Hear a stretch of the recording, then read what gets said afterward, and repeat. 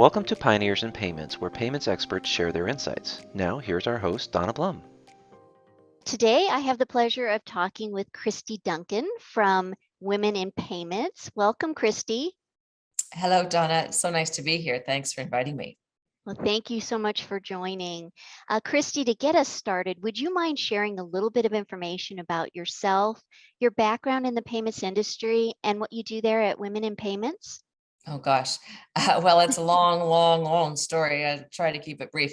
I am an engineer by training, a banker by trade, and a payments geek by nature. I tell people I have a number of years experience at a big green bank in Canada. I consulted in the payments market for a number of years, and I started Women in Payments 11 years ago now. Wow. And we run conferences and career development programs for women in the global payments industry.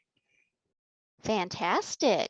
Well, I know that you interviewed our Dr. Lynn Baldwin, president of BHMI, a while back, and that was fantastic. So thank you for that.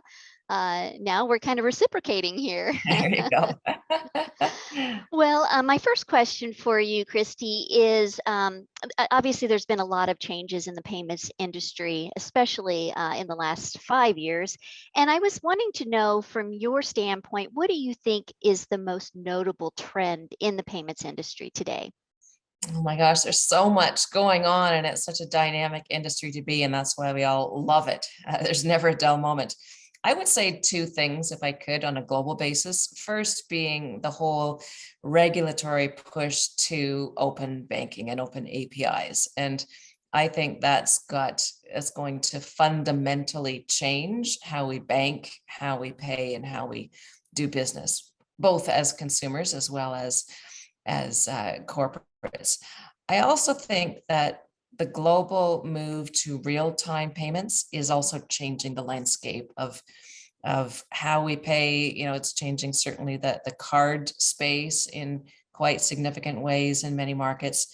And both of these things are opening up lots of opportunities for new products, services to the customer delight at many ends and corners of the market. Great. Well, kind of tagging on to that, what would you say are or I should say, the biggest challenge, or let's start with opportunity. We'll go with opportunity. What would you say is the biggest opportunity for organizations that are processing payments today? Well, I think going back to the whole concept of open banking, the regulators are really pushing to open up this industry to promote competition and to benefit consumers and users of the payment system. And I think so our opportunity as other stakeholders in this industry is to innovate, to take those new infrastructures and access to the data and access to be able to initiate payments through banks on behalf of consumers and others, is to really use that and go with it and innovate. And there's so many ways that we can do that, but the ultimate beneficiary will be not only the customers, because they'll have fantastic new services, but also to give them the convenience, the embedded payments that we all talk about, the integrated experience, and to open up new sources of revenue and innovation for us as payment processors. Very good. Okay, now let's talk about the greatest challenge.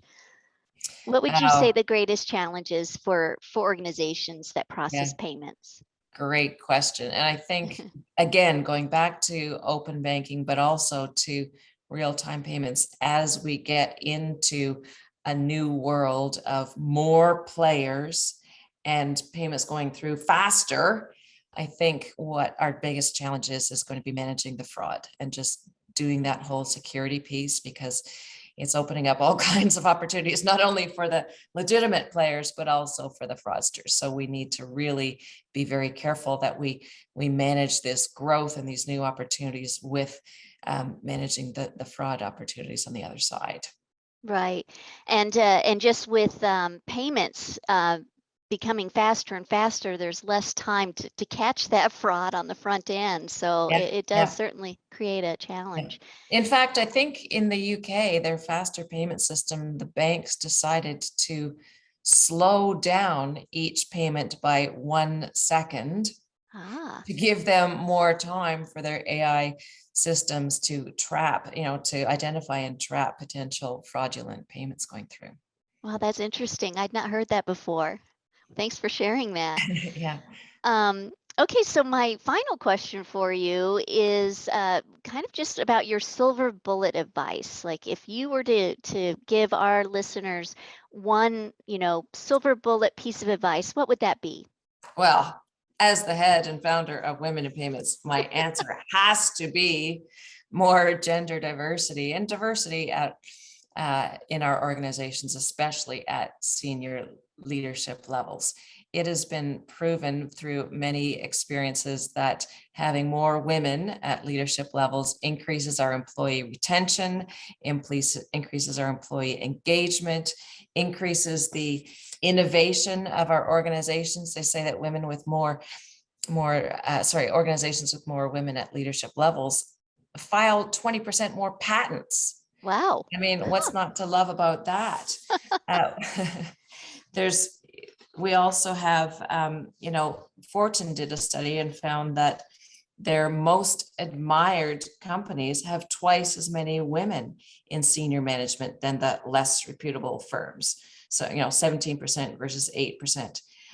Increased profitability. So there's lots of good reasons to do this. And in fact, I love this quote. Gonzalo Gortazar, the CEO of Caja Bank in Spain, says that, and I quote, "Gender equality leads to better dynamics, better teams, better decisions, and better results." And, who wouldn't want any of those better things in their organizations? But the other thing is too, I think we have a huge opportunity to build on financial inclusion and to bring this whole population of financially excluded people to new financial services. If you look at the global Findex, so the organization sponsored and supported by the Bill and Melinda Gates Foundation, it shows that in 2017, 69% of the world's population, adults, were financially included. That leaves such a huge opportunity. The other 31% who are not yet financially included. And when you look at developing economies, that share goes to, 63%. So not even the same level. And women in the developing economies are 9% less likely than men to have a bank account. So there's huge opportunity for us in the financial services industry, especially in some of these less developed economies. That's really interesting information. Now, can you repeat where the source of that is? I might like to take a look at that. Yeah, absolutely. So it's called the Global Findex, Findex Okay. database. You can find it online. It's was launched, I think, about 10 years ago with funding from the Bill and Melinda Gates Foundation. Okay. And it's been published every 3 years since 2011. Okay. Well, thank you so much. I'm sure some of our audience might want to go and take a look at that themselves. Indeed. Well, Kristy, I really do appreciate your time, and I want to make sure that people watching can find out more information about women in payments, especially the women watching. What is the best way that they can learn about women in payments? Of course, we love our male allies and we love our women target audience. We are at womeninpayments.org. We run events in 6 different markets now. We've got our LATAM event coming up in Miami in early June. We run events in EMEA, in the US, in Canada, in Australia, in Singapore, and hopefully we'll be expanding to other markets in the not too distant future. So we also have mentorship programs, leadership programs, award and recognition programs for our members and beyond, and would love to help women build careers in this industry. That's fantastic. Thank you so much for the work that you're doing there at Women in Payments. And I just want to thank everybody for watching. Have a good day. It's Bye, been a Kristy. pleasure. Thanks, Donna.